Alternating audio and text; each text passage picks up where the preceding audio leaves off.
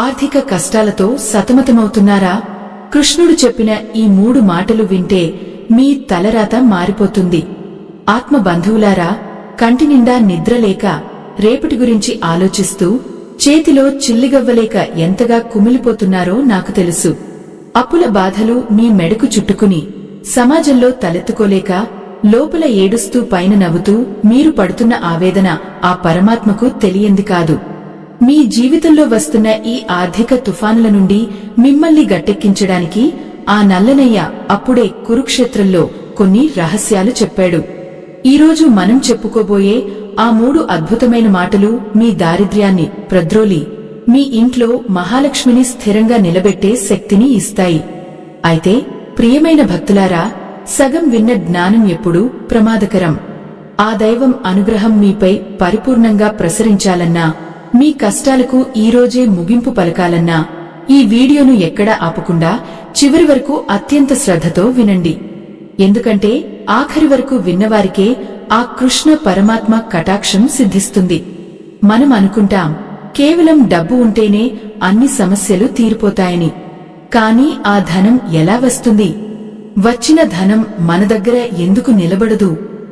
వీటన్నింటికీ సమాధానం మన కర్మల్లోనే ఉంది. ఆ కృష్ణుడు గీతలో చెప్పిన మొదటి మాట గురించి ఇప్పుడు మనం లోతుగా చర్చించుకుందాం. చూడండి భక్తులారా, మనం పడే తపన అంతా దేనికోసం? 4 మెతుకులు తినడానికి, మన కుటుంబం సుఖంగా ఉండటానికే కదా.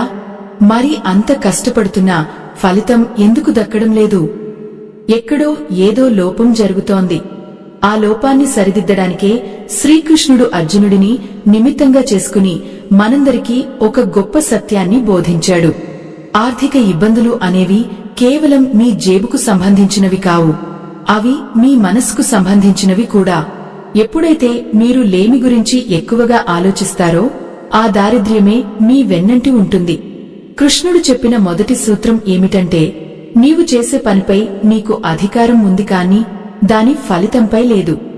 దీని అర్థం మీరు కష్టపడకూడదని కాదు. మీరు చేసే ప్రతి పనిని ఒక యజ్ఞంలా చేయాలి. మనం చేసే పొరపాటు ఏమిటంటే, పని మొదలు పెట్టకముందే దాని ద్వారా వచ్చే లాభం గురించి లెక్కలు వేసుకుంటాం. ఆ లెక్కలు తప్పినప్పుడు మనసు నిరాశకు గురే చేసే పనిలో నాణ్యత తగ్గిపోతుంది.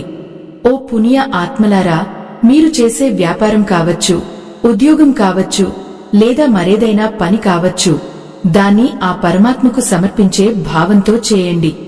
ఫలితం గురించి అతిగా ఆందోళన చెందడం వల్ల మీలోని సృజనాత్మకత చచ్చిపోతుంది. ఫలితాన్ని దేవుడికి వదిలేసి పనిలో మీ 100% శ్రమను పెట్టండి. అప్పుడు ఆ లక్ష్మీదేవి మీ వెనుక నడుచుకుంటూ వస్తుంది. డబ్బు కోసం మీరు పరిగెత్తడం ఆపి పనిని దైవంగా భావించినప్పుడు ఐశ్వర్యం దానంతటా అదే మీ పాదాల చెంతకు చేరుతుంది. ఇది వినడానికి చాలా సామాన్యంగా అనిపించవచ్చు, కానీ దీని వెనుక ఉన్న అంతరార్థం చాలా గొప్పది.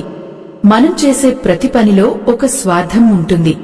ఆ స్వార్థం ఎప్పుడైతే ఆందోళనగా మారుతుందో అప్పుడే మనిషి తప్పుడు నిర్ణయాలు తీసుకుంటాడు, తప్పుడు పెట్టుబడులు పెడతాడు, అనవసరమైన ఖర్చులు చేస్తాడు. ఫలితంగా ఆర్థిక సంక్షోభంలో కూరుకుపోతాడు. కృష్ణుడు చెప్పిన ఈ మొదటి మాటను మీ హృదయంలో బలంగా నాటుకోండి. భయం వీడి మీ బాధ్యతను నిర్వర్తించండి. కష్టకాలంలో కృంగిపోకుండా ఇది నా కర్తవ్యం అని ముందుకు సాగండి. మీ తలరాతను మార్చే ఆ రెండో మాట ఏమిటో తెలుసుకోవడం ఇంకా ముఖ్యం. ఎందుకంటే రెండో మాట మీలో దాగి ఉన్న శక్తిని మేల్కొల్పుతుంది. అది మీ దరిద్రాన్ని వేళ్లతో సహా పెకిలించి వేస్తుంది. ఆ మాటను వినే ఓపిక, ఆ దైవంపై నమ్మకం మీకు ఉన్నాయని నేను ఆశిస్తున్నాను. ఒక్క క్షణం కళ్ళు మూసుకుని ఆ కృష్ణుడిని స్మరించుకోండి. ఆ నల్లనయ్య ఆశీస్సులతో ఇప్పుడు మనం ఆ రెండో మాట గురించి మాట్లాడుకుందాం. భక్తులారా, ఆర్థిక కష్టాలు వచ్చినప్పుడు మనిషి ముందుగా కోల్పోయేది ధైర్యం. ఆ ధైర్యం కోల్పోయినప్పుడే మనిషి బుద్ధి పనిచేయదు. సరిగ్గా అదే సమయంలో అప్పుల భారం పెరిగిపోతుంటే, చుట్టూ ఉన్నవారు హేళన చేస్తుంటే ఆ బాధ వర్ణనాతీతం. అర్జునుడు కూడా సరిగ్గా ఇలాంటి సందిగ్ధంలోనే ఉన్నాడు. ఎదురుగా ఉన్నది శత్రువులైనా వారు తనవాళ్లే అన్న మమకారం అతడిని కుంగదీసింది. అప్పుడు కృష్ణుడు చెప్పిన రెండో అద్భుతమైన మాట సమత్వం. సమత్వం అంటే ఏమిటో తెలుసా? లాభం వచ్చినా నష్టం వచ్చినా, విజయం కలిగినా అపజయం ఎదురైనా ఒకేలా ఉండటం. వినడానికి ఇది చాలా కష్టంగా అనిపించవచ్చు. చేతిలో ఒక్క రూపాయి కూడా లేనప్పుడు, రేపు అన్నం ఎలా దొరుకుతుందో తెలియనప్పుడు ఒకేలా ఎలా ఉండగలం అని మీరు అడగవచ్చు. కాని ప్రియమైన భక్తులారా, ఇక్కడే ఆ పరమాత్మ మాయ దాగి ఉంది. మీ మనస్సు ఎప్పుడైతే ఆందోళనతో నిండిపోతుందో అప్పుడు మీకు అవకాశాలు కనిపించవు. మీరు గమనించారా?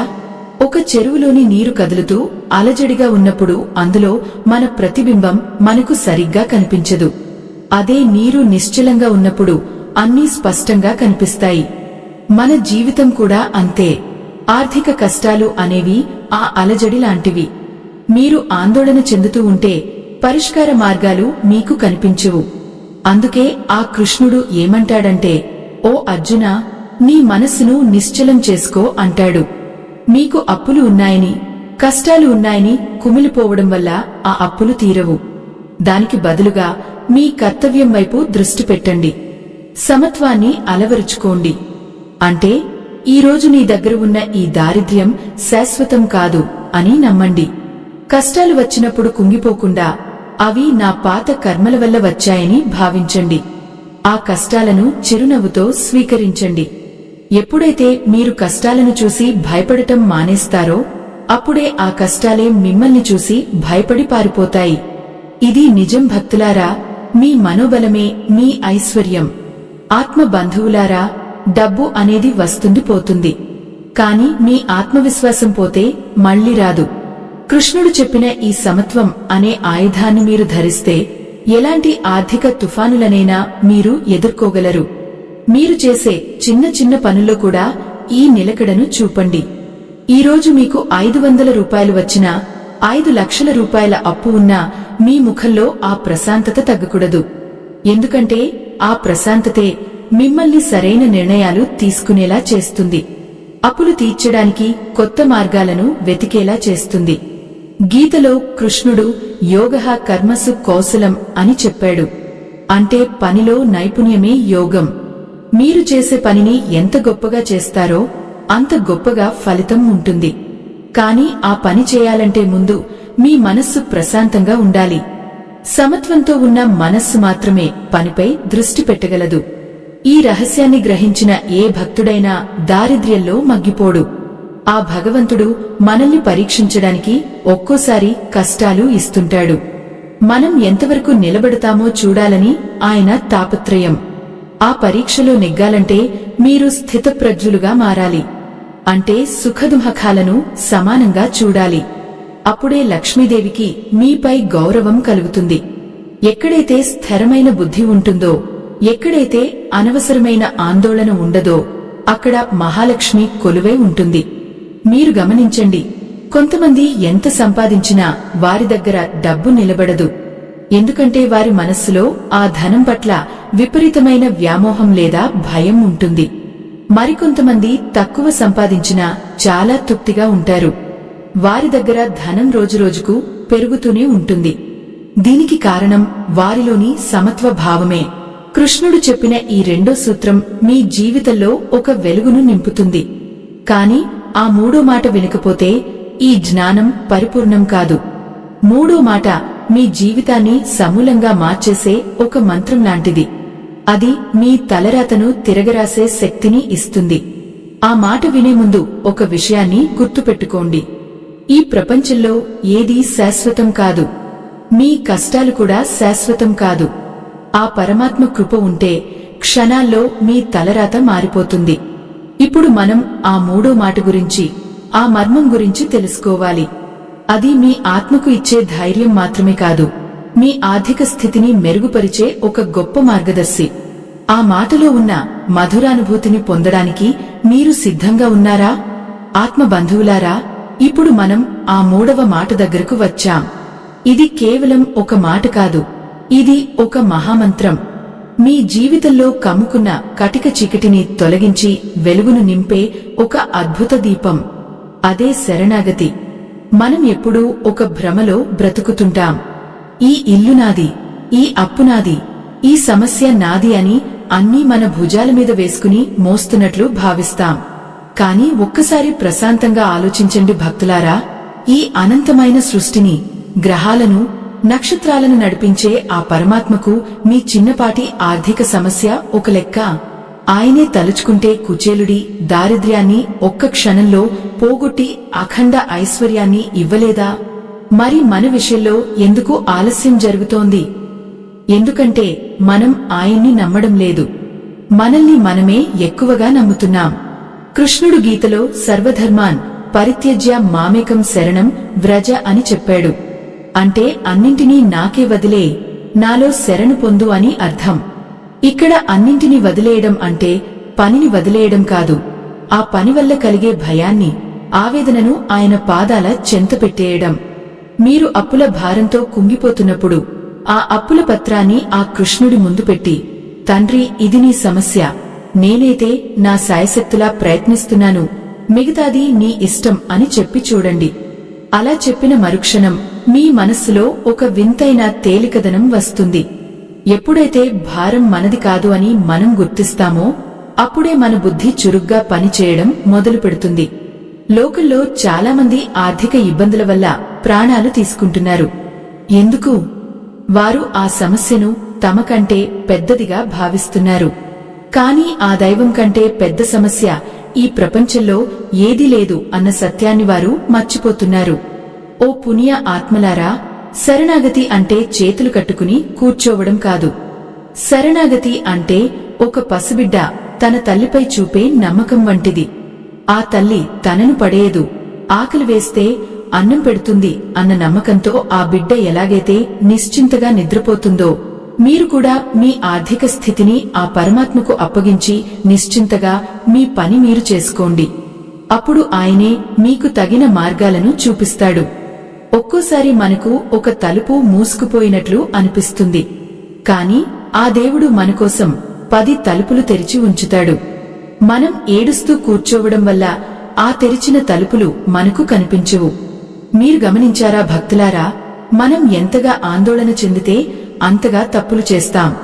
అదే ప్రశాంతంగా ఉన్నప్పుడు సమస్యకు పరిష్కారం దానంతటా అదే స్ఫురిస్తుంది. ఆ ప్రశాంతత కేవలం శరణాగతి వల్లే సాధ్యమవుతుంది. శ్రీకృష్ణుడు అర్జునుడికి రథసారథిగా ఉన్నంత కాలం అర్జునుడికి భయం లేదు.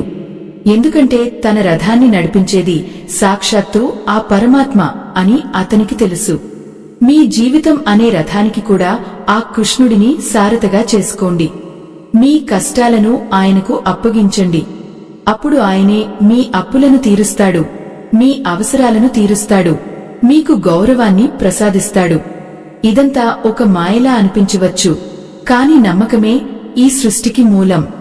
చాలామంది భక్తులు నన్ను అడుగుతుంటారు, స్వామి మేము రోజు దేవుడిని ప్రార్థిస్తున్నాం కాని మా కష్టాలు తీరడం లేదని.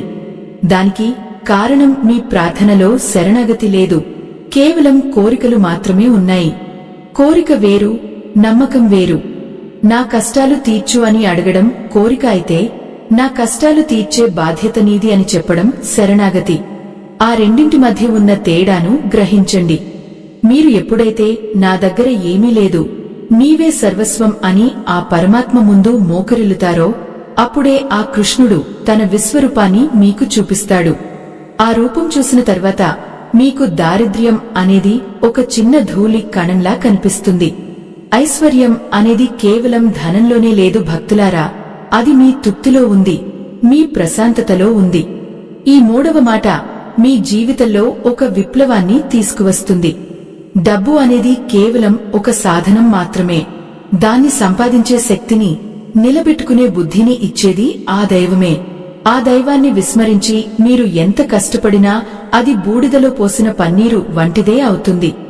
అందుకే ప్రతిరోజు ఉదయం నిద్ర లేవగానే, తండ్రి ఈ రోజును నీకు అంకితం చేస్తున్నాను, నా కష్టసుఖాలు నీవే చూసుకోవాలి అని ఒక్క మాట చెప్పి మీ పనులు మొదలు పెట్టండి. ఆ మార్పును మీరు స్వయంగా గమనిస్తారు. ఆగిపోయిన పనులు సాఫీగా సాగుతాయి. రావలసిన ధనం చేతికి అందుతుంది. అప్పుల వారి నుంచి మీకు ఆరట లభిస్తుంది. ఇదంతా ఆ కృష్ణుడు మీపై చూపే ప్రేమ. ఆ ప్రేమను పొందడానికి మీరు చేయవలసింది అల్లా ఒక్కటే. అహంకారాన్ని వదిలి ఆ పరమాత్మ పాదాలను పట్టుకోవడం. ఇప్పుడు మనం ఈ 3 మాటలను కలిపి మన జీవితానికి ఎలా అన్వయించుకోవాలో తెలుసుకోవాలి. ఈ 3 సూత్రాలు ఒకదానితో ఒకటి ముడిపడి ఉన్నాయి. ఈ 3 పాటిస్తే మీ దరిద్రం పారిపోవడమే కాదు, మీ 7 తరాల వారు సుఖంగా ఉండేంత ఐశ్వర్యం మీకు లభిస్తుంది. ఆ రహస్యమేమిటో ముందు ముందు భాగాల్లో ఇంకా లోతుగా చర్చించుకుందాం.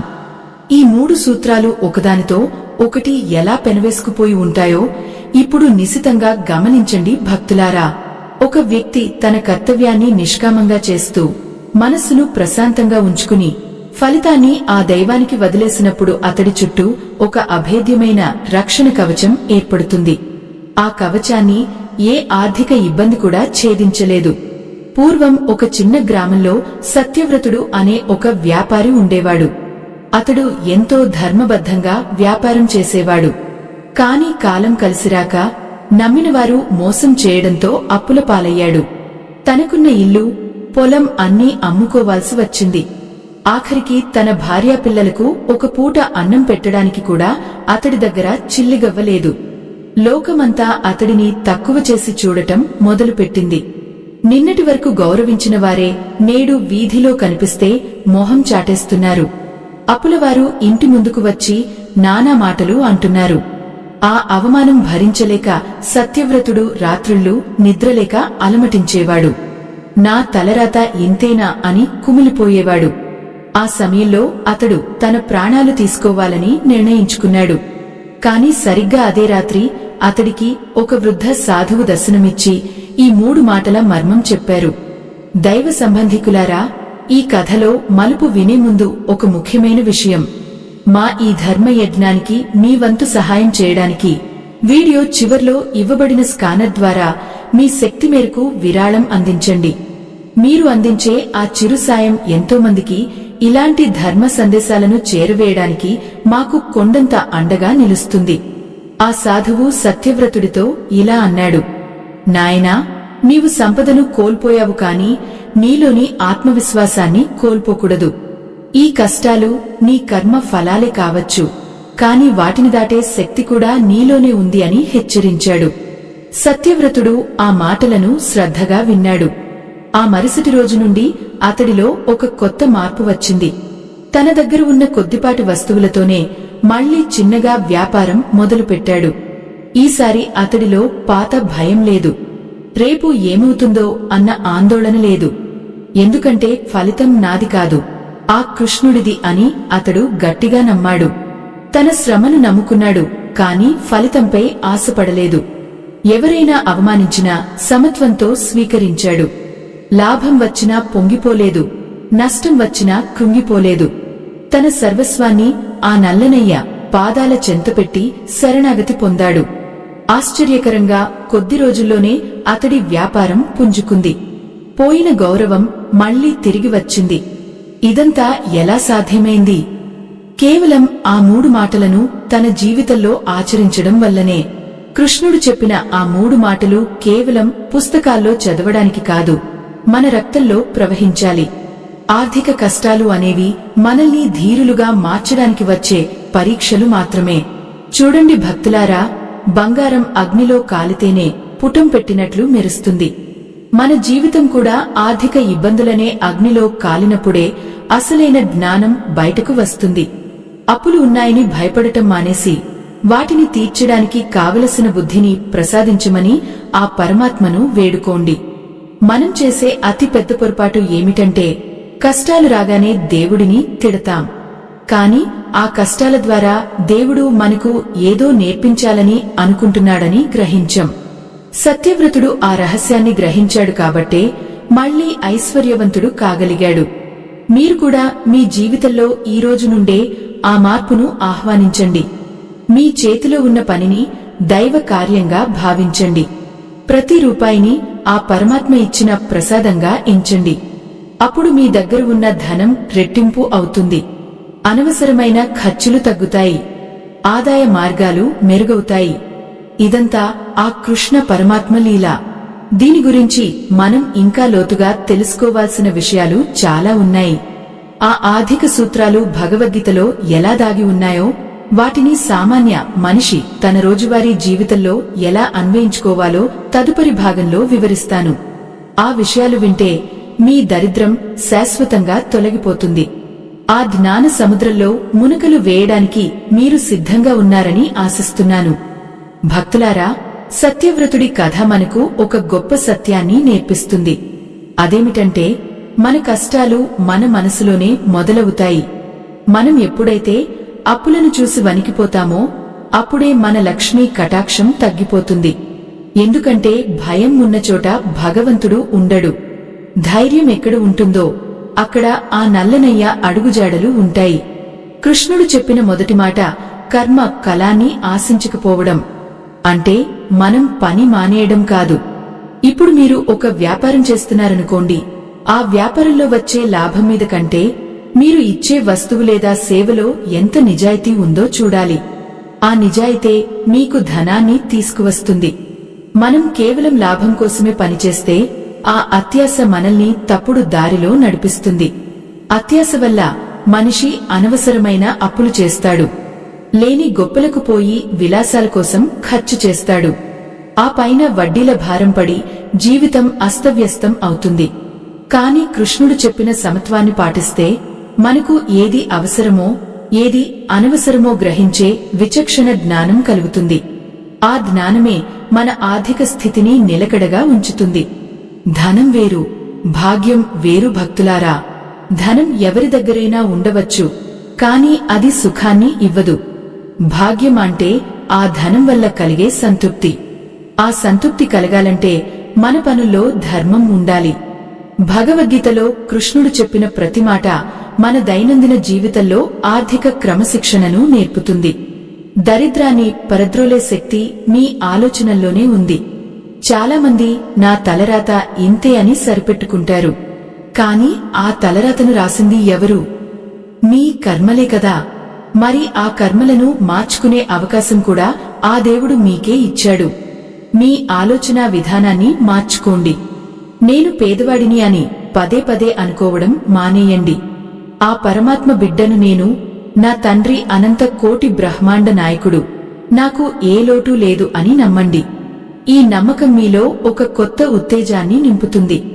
అప్పుడు మీరు చేసే ప్రతి చిన్న పనిలోనూ ఒక దేవత్వం కనిపిస్తుంది. మీ వ్యాపారంలో ఎదుటివారిని మోసం చేయాలనే ఆలోచన రాదు. ఎప్పుడైతే మీలో నిజాయితీ పెరుగుతుందో అప్పుడు సమాజంలో మీ పరపతి పెరుగుతుంది. పరపతి పెరిగితే ధనం దానంతటా అదే వస్తుంది. ఇదంతా ఒక గొలుసుకట్టు లాంటిది. కొంతమంది అడుగుతుంటారు, స్వామి, మేము ఎంతో ధర్మంగా ఉన్నామైనా ఎందుకు ఆర్థికంగా ఇబ్బంది పడుతున్నామని. దానికి సమాధానం మీ ఓపికలో ఉంది.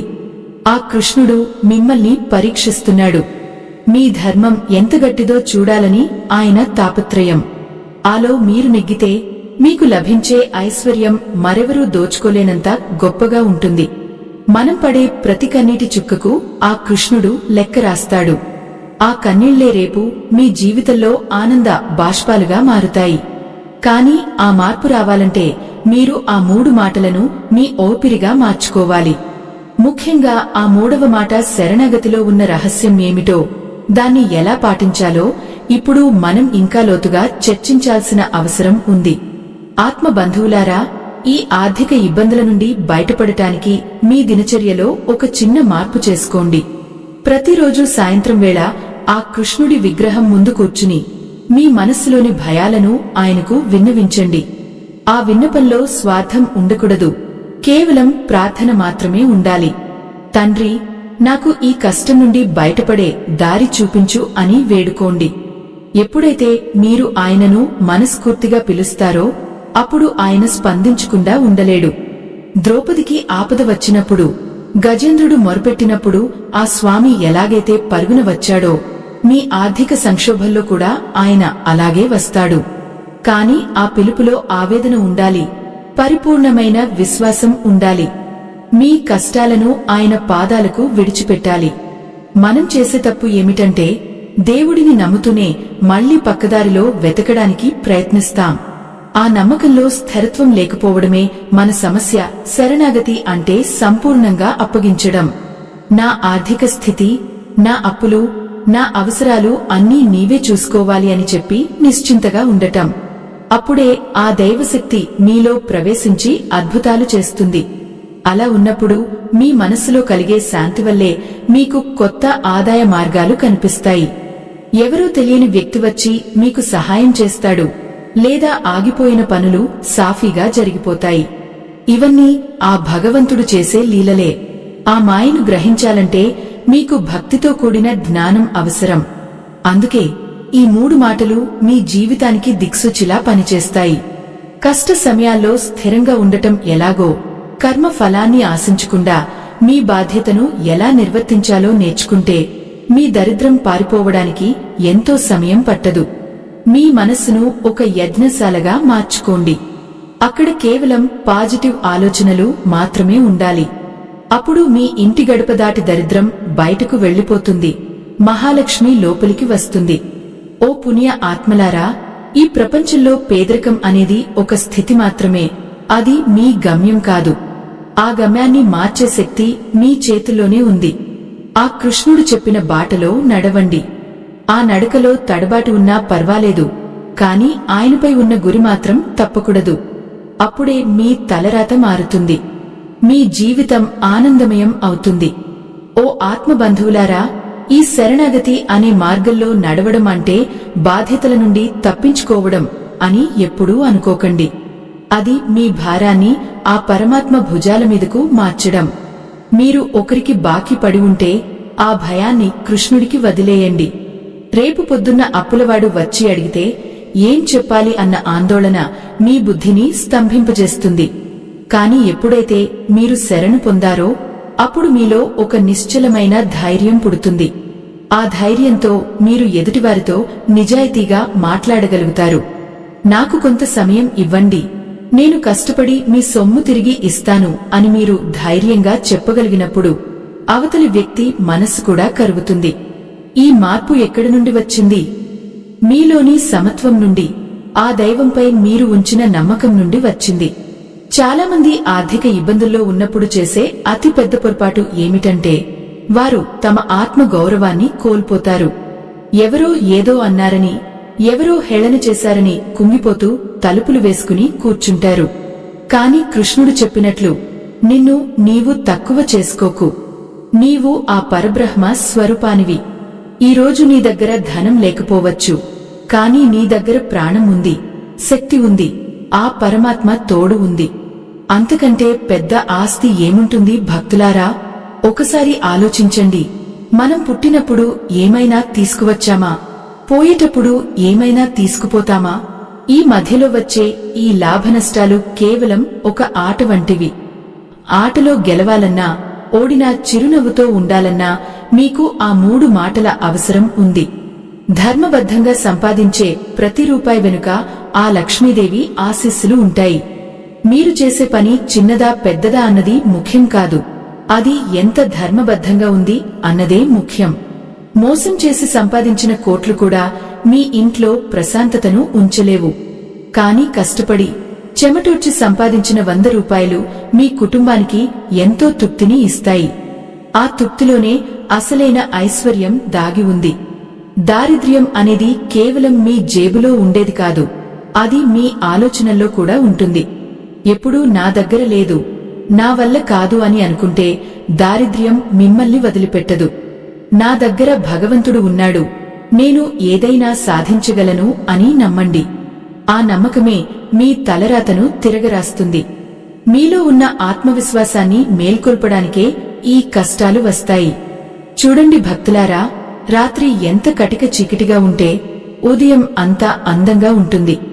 మీ జీవితంలో కూడా ఇప్పుడు చీకటి ఉంది అంటే వెలుగు రాబోతోంది అని అర్థం. ఆ వెలుగును చూడాలంటే మీరు ఓపిక పట్టాలి. ఆ ఓపికనే కృష్ణుడు స్థితప్రజ్ఞత అన్నాడు. కష్టాలు వచ్చినప్పుడు కుంగిపోవడం, సుఖాలు వచ్చినప్పుడు పొంగిపోవడం సామాన్య మనిషి లక్షణం. కాని ఏ పరిస్థితిలోనైనా స్థిరంగా ఉండటం భక్తుడి లక్షణం. ఆ లక్షణాన్ని మీరు అలవరుచుకుంటే ఈ ప్రపంచంలో మిమ్మల్ని ఓడించే శక్తి ఏది ఉండదు. మీరు అప్పుల ఊబిలో ఉన్నారా? అయితే ఈ రోజు నుండి ఒక సంకల్పం చేసుకోండి. నేను నా ధర్మాన్ని వదలను, నేను భయపడను, నా భారాన్ని ఆ కృష్ణుడికి వదిలేశాను అని పదే పదే అనుకోండి. మీ అంతరాత్మలో ఆ నల్లనయ్య మురళిగానం వినిపిస్తుంది. ఆ గానం మీకు మార్గనిర్దేశం చేస్తుంది. ఏ పని చేస్తే మీకు డబ్బు వస్తుంది, ఏ ఖర్చు తగ్గిస్తే మీరు అప్పుల నుండి బయటపడతారు అన్న ఆలోచనలు మీలో మెదులుతాయి. అప్పుడు మీరు చేసే ప్రయత్నాలకు ఆ దైవ బలం తోడవుతుంది. ఓ పుణ్య ఆత్మలారా, ఈ ప్రపంచంలో ఏదీ అసాధ్యం కాదు. సముద్రాన్ని దాటడం హనుమంతుడికి ఎలాగైతే సాధ్యమైందో మీ కష్టాలను దాటడం మీకు అలాగే సాధ్యమవుతుంది. కాని దానికి రాముడిపై హనుమంతుడికి ఉన్నంత నమ్మకం మీకు ఆ కృష్ణుడిపై ఉండాలి. ఆ నమ్మకమే మీ ఆర్థిక స్థితిని మెరుగుపరుస్తుంది, మీ చుట్టూ ఉన్న నెగిటివ్ ఎనర్జీని ప్రద్రోలుతుంది. ఈ 3 మాటల ప్రయాణంలో మనం ఒక కీలకమైన దశకు చేరుకున్నాం. తర్వాతి భాగంలో మనం తెలుసుకోబోయే విషయాలు మీ కళ్లను తెరిపిస్తాయి. కృష్ణుడు కేవలం ఆధ్యాత్మిక విషయాలే కాదు, సంపదను ఎలా సృష్టించాలో, దాన్ని ఎలా కాపాడుకోవాలో కూడా తన లీలల ద్వారా చూపించాడు. ఆ రహస్యాలను తెలుసుకోవడం మీ జీవితానికి ఎంతో అవసరం. ఓ ఆత్మబంధువులారా, కృష్ణుడు తన లీలల ద్వారా మనకు ఎన్నో పాఠాలు నేర్పాడు. అందులో అత్యంత ముఖ్యమైనది కుచేలుడి కథ. కుచేలుడు కటిక దారిద్ర్యంలో ఉన్నాడు. తన పిల్లలకు కడుపు నిండా అన్నం పెట్టలేని స్థితిలో ఉన్నాడు. కాని అతడి దగ్గర ఒక అమూల్యమైన ఆస్తి ఉంది. అదే ఆ కృష్ణుడిపై ఉన్న అచంచలమైన భక్తి. తన భార్య బలవంతం మీద తన స్నేహితుడైన కృష్ణుడిని చూడటానికి వెళ్తాడు. అక్కడ ఆయనకు ఏమీ అడగాలని అనిపించదు. కేవలం ఆ స్వామిని చూసి పరవశించిపోతాడు. తన వెంట తెచ్చిన కొన్ని అటుకులను ఆ స్వామికి సమర్పిస్తాడు. ఆ అటుకులే ఆ కృష్ణుడికి అఖండమైన నైవేద్యం అయ్యాయి. కుచేలుడు తిరిగి తన ఇంటికి వచ్చేసరికి తన పాత గుడిసెపోయి అఖండమైన భవంతులు వెలిశాయి. అతని దారిద్ర్యం మటుమాయమైపోయింది. ఇక్కడ మీరు గమనించవలసిన విషయం ఒకటి ఉంది భక్తులారా. కుచేలుడు ఏ రోజు నాకు ధనం కావాలని అడగలేదు.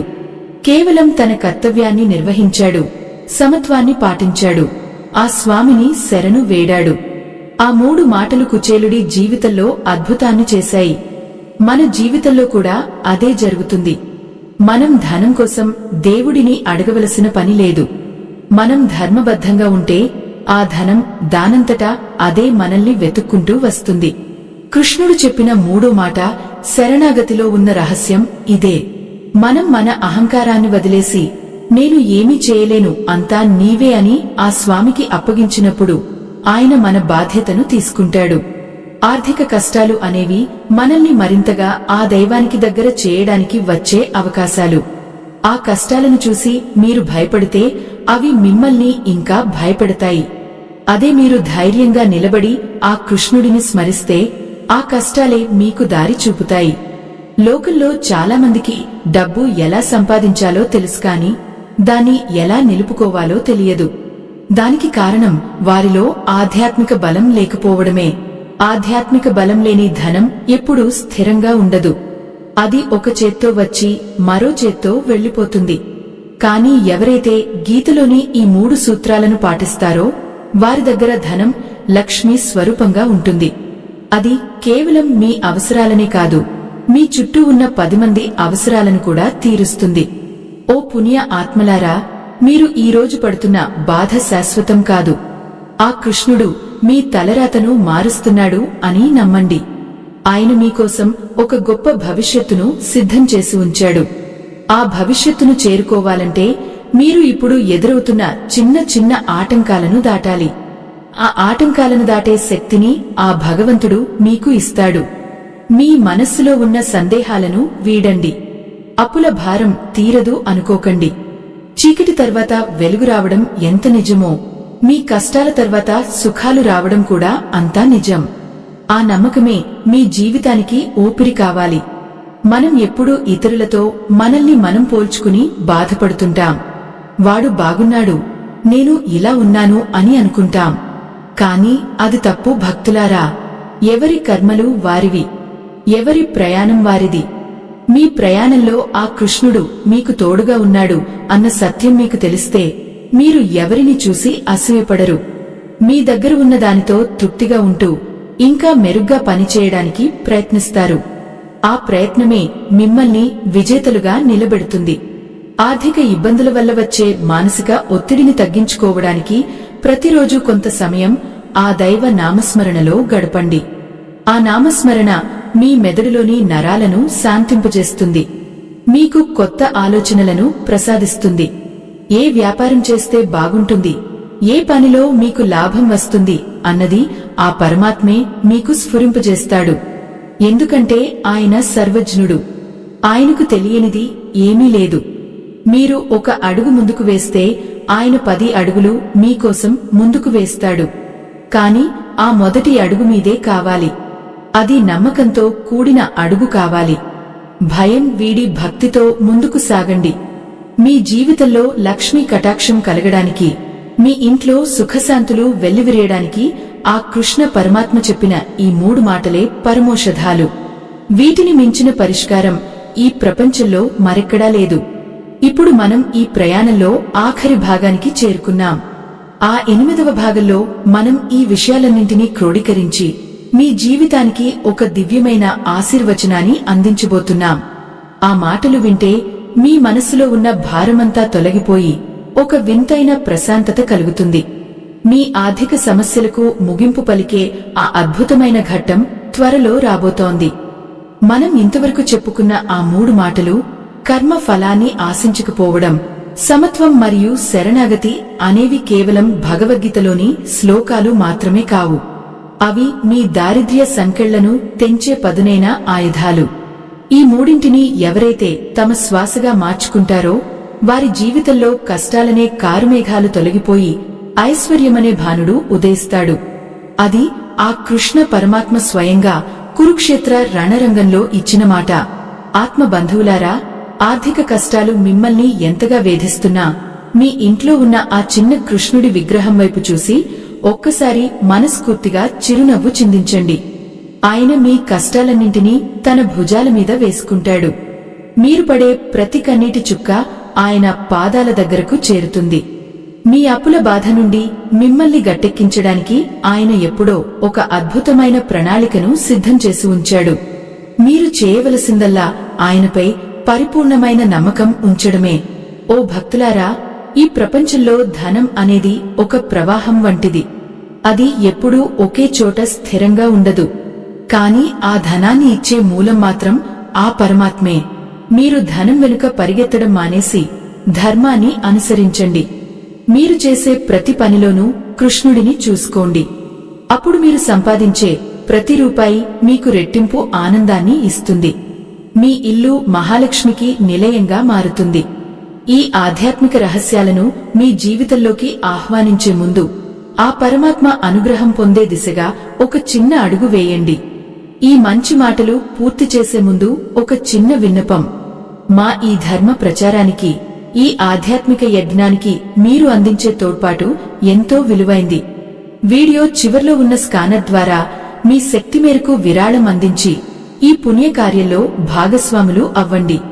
మీరు ఇచ్చే ఆ చిన్న సాయం ఎంతోమంది నిరుత్సాహంలో ఉన్న భక్తుల జీవితాల్లో వెలుగులు నింపుతుంది.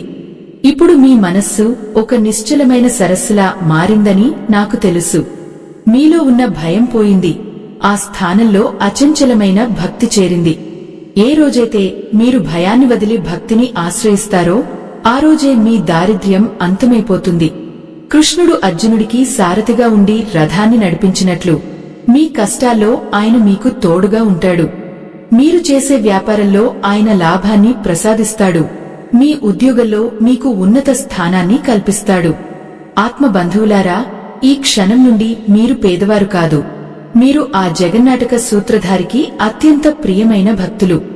మీ ఇల్లు ధనధాన్యాలతో తులతుగాలి, మీ కుటుంబం ఆయురారోగ్యాలతో వర్ధిల్లాలి అని నేను ఆ నల్లనయ్యను మనసారా ప్రార్థిస్తున్నాను. కృష్ణుడు చెప్పిన ఈ 3 మాటలు మీ గుండెల్లో పదిలంగా దాచుకోండి. కష్టమొచ్చినా సుఖమొచ్చినా ఆ గోవింద నామస్మరణను మాత్రం మర్చిపోకండి. ఆ నామమే మీ సర్వస్వం. ఆ నామమే మీ ఐశ్వర్యం.